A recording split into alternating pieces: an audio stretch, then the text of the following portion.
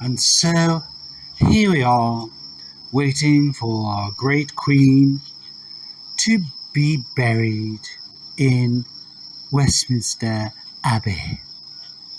And of course, we shall always remember her for her fantastic contribution to British society.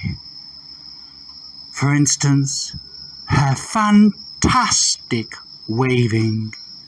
The way she waved, nobody else could do it like her. Some people even imagined that in the 60s a robotic hand had been installed in her royal golden coaches to wave at the peasants, to save her magnificent arms and muscles from having to make any effort at all. But of course, we now know that actually she really did wave with her own actual arm and hand. I mean, come on. I don't care how Republican you might be. Surely,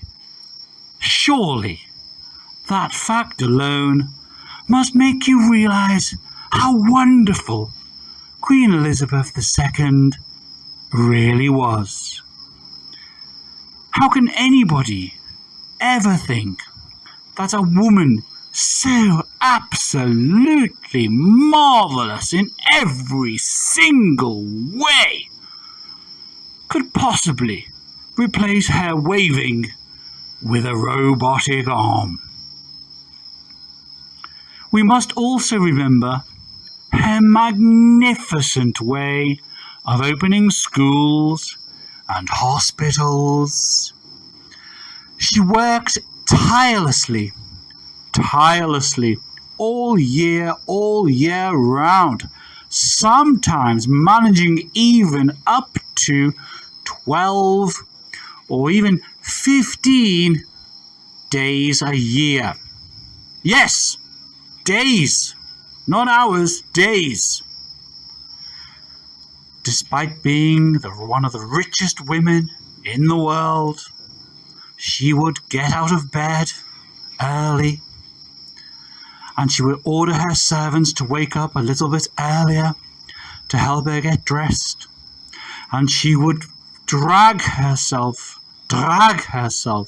across London to visit some impoverished homeless shelter, where she would magnificent herself upon her worshipping and adoring supporters.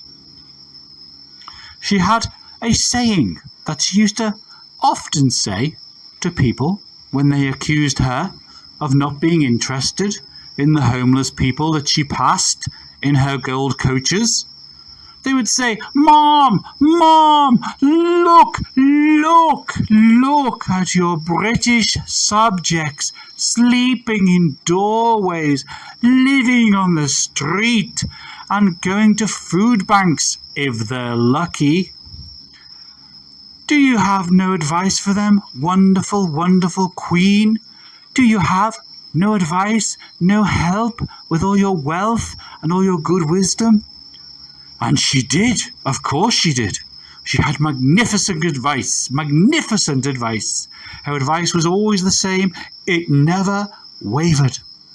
It was always that the homeless people had enough shelters in London. She had assured it.